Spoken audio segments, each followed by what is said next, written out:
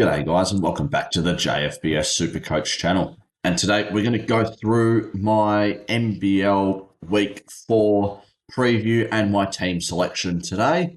As you can tell, I haven't chosen my team yet, but they finally found a coach, and it's Damon Lowry, the man who doesn't shut up while commentating. He's the Dermot Barrison version of NBL, in my opinion. Love him. I love his passion, his energy, but still, anyways. This is his team. They finally found a coach, like I said. That is his team going into this week. It's a very interesting team. I wouldn't go two of them, I'll be honest. My original team, I have two teams that I've kind of made up. So, be interesting to see which one I'm kind of liking in the moment. So, yeah, as you can also tell, there's only 1.4 million in the salary cap, whereas last week it was 1.486,000, which was a bit annoying because now we're not getting that extra 80K, which, it's quite a bit in this mode. But yeah, let me just find my my team real quick. But while we're on the topic of teams, the teams that are on the double this week, so the players that you want to go for are Adelaide, Cairns, Illawarra, Melbourne, New Zealand, and Sydney. Yep, those are the 6 teams. Brisbane, Perth, Sem, and Tassie only playing one. Too easy. So, we've got a good selection of players. I've got... which one's the team that I want? Okay, I found it. Cool. So my team is actually pretty similar to the to Damon Lowry's team. So I'll tell you my reasoning behind all.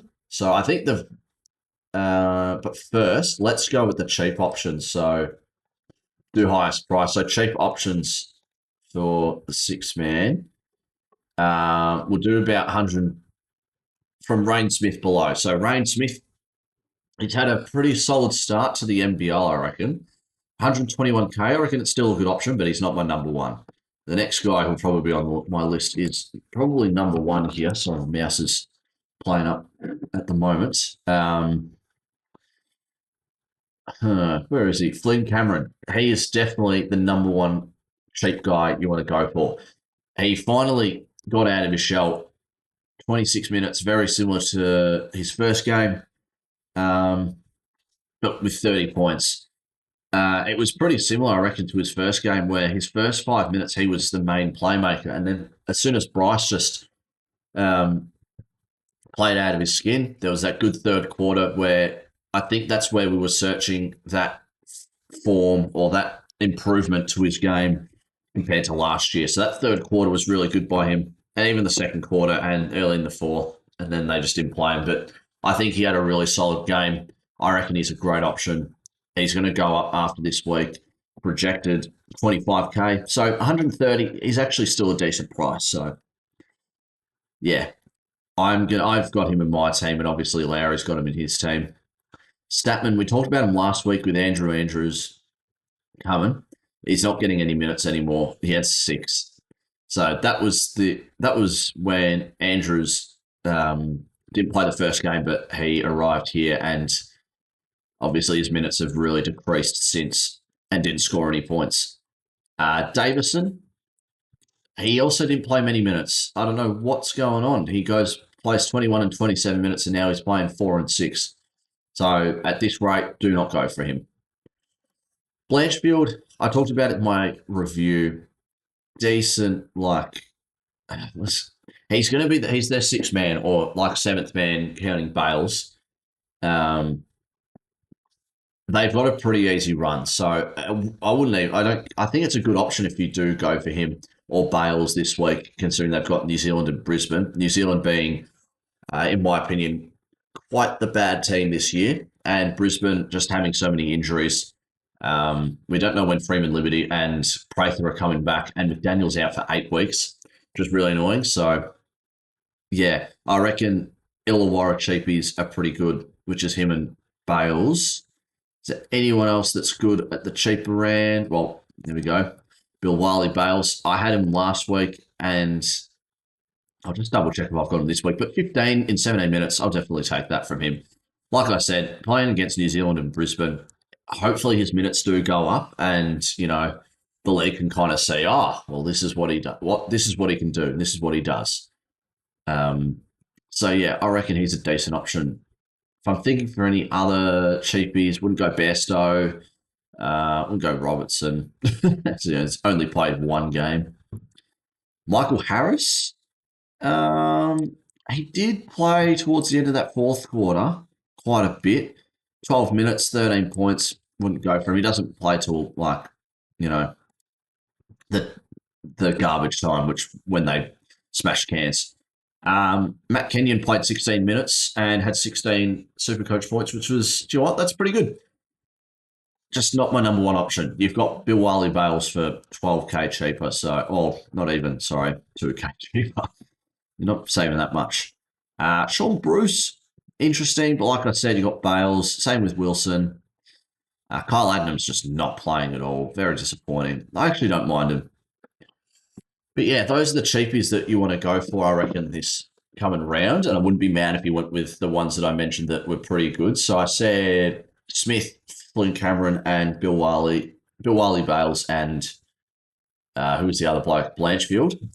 But this is the team I'm going to rock with. So we mentioned one of them before. He's going to be one of my guard positions.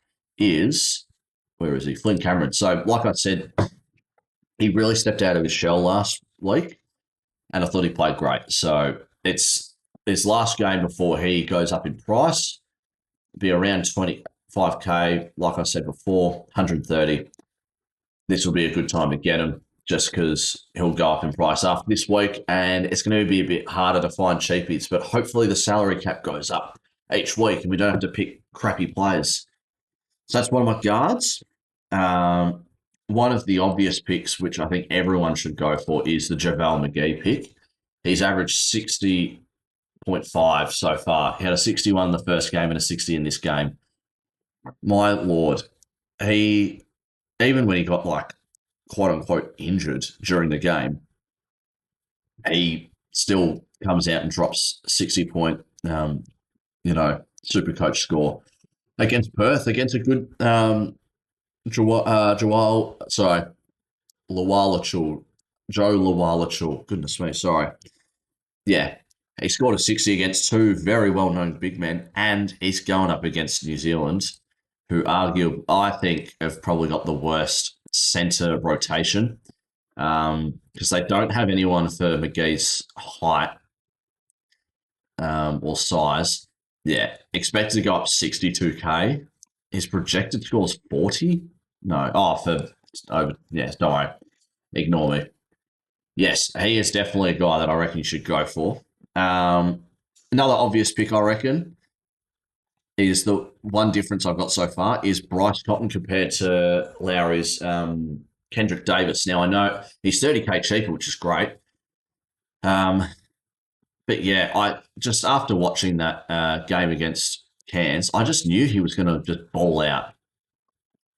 56 against Cairns, 51 against Brisbane. He's going against Tasmania and Sydney, which I know is going to be a bit tougher for Sydney, but for Tasmania, I think he's going to score better against Tasmania. He'll have Drimich on him, but no one can guard him.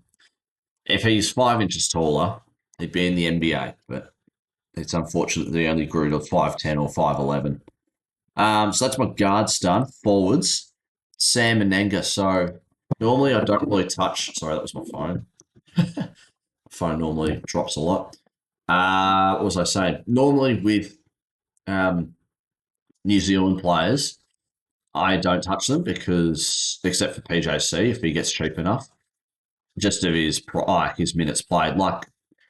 25 minutes played, 24 and 25. He had a 42 against Sydney. I think he should have played more. And if he does get to that 30-minute mark, he could easily get to 50 points, which is great. Is their main centre with Rob Baker. So, and he's still adjusting to the league. Yeah. So that's who I'm going with my power forward center spot. So far I've just got the difference is it's just Kendrick Davis, but another similar guy. We'll have him at the 6 man because this is just looks better for me. Where is he? There he is. Ben Delaney. So at 152k, it's actually a decent price for him. How did he go in his first 2 games? I felt like he did all right, like pretty decent. 24, 12, and 15. So if he can produce a score against Tasmania like that, that would be great. They do play Sydney the first week, which for forwards, it probably might be a bit harder for him, but he will go up against Cairns, which will be piss easy. And they go up against them again in 2 weeks' time, which is funny. But yeah, Melbourne's got a really easy 4 week run here after Sydney, playing Cairns twice, Brisbane and New Zealand. Then it's tough again with Adelaide, Sydney, Illawarra. I reckon Melbourne can beat Illawarra, but yeah, I think Finn Delaney's a great pick. He gets rebounds, he can score. How many minutes did he play? I just checked. 27, 19, and 22. If he can get back to that 27-minute mark, that'd be pretty decent. But I also want to think that he did was in foul trouble, which I can have a quick look here. It's hilarious that the NBL app is horrible, but the website is like flawless.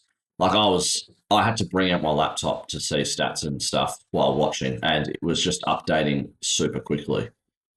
How many minutes did he play against New Orleans? That'll be interesting to know. Will it mention? I don't think so. Are you going to show it? No. Well, where is he? Did he not even play? I didn't watch the game, which it will make sense. What is this team? They had Anthony Lamb playing with them. What is this? I didn't watch the game, but this is just why. All I know is that Dash played a good game. Great. Um, not gonna follow that game stats. We go to the schedule. Let's see, because he only played 22 games in this game. Was he high in fouls potentially? Three. Oh, he only had one personal foul. It's FD. Oh, foul drawn. Okay, interesting. So I don't know if it's like fitness or something, but I'm going to stick with Delaney. And then to round out my team, I'm going to go Fabian Krislovic. He has played really well so far for Melbourne as being their backup centre, and he can really stretch the floor. It's almost like if Melbourne play two different games with Edwards on the floor and Krislovic on the floor. For a guy who comes off the bench, he's playing the similar amount of minutes as Jesse Edwards, like 20, 16, 21. He's been playing really well in some good form. That'll round out my team. And for 170k as well, that's pretty decent. Captain on Cotton, vice captain on McGee, which is the same as Damon Lowry, just with Cotton instead of Davis, and projected to beat him by about 80 points, which is pretty good. Yeah, so that's the team. Other guys you could go for, let me just have a squiz here. So it's Adelaide, Cairns, Illawarra, Melbourne, New Zealand, Sydney. We'll go highest price.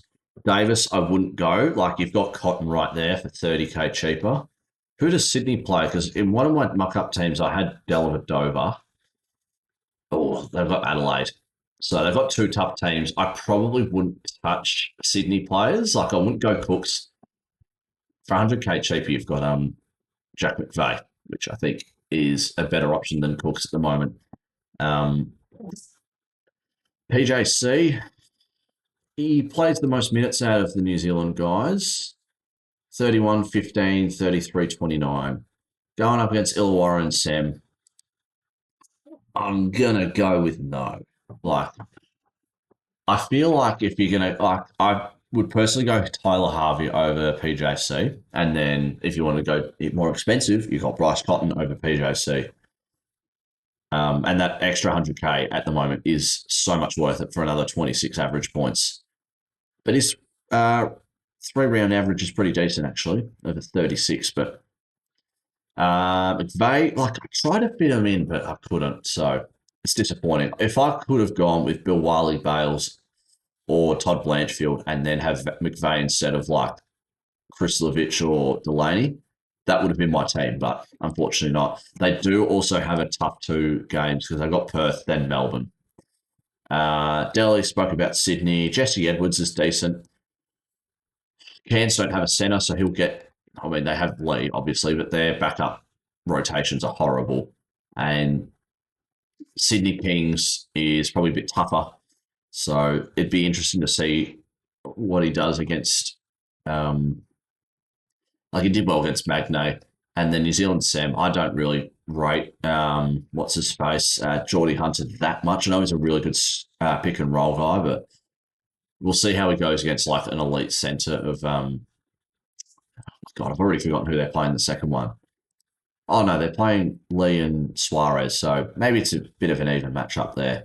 Suarez, I said that about the other Sydney players. No, McLaughlin, hell no. He's had a rough start, and it's really annoying when you're hearing the commentators say, "Oh, he doesn't look confident. He doesn't. He looks lost." It's like just give him.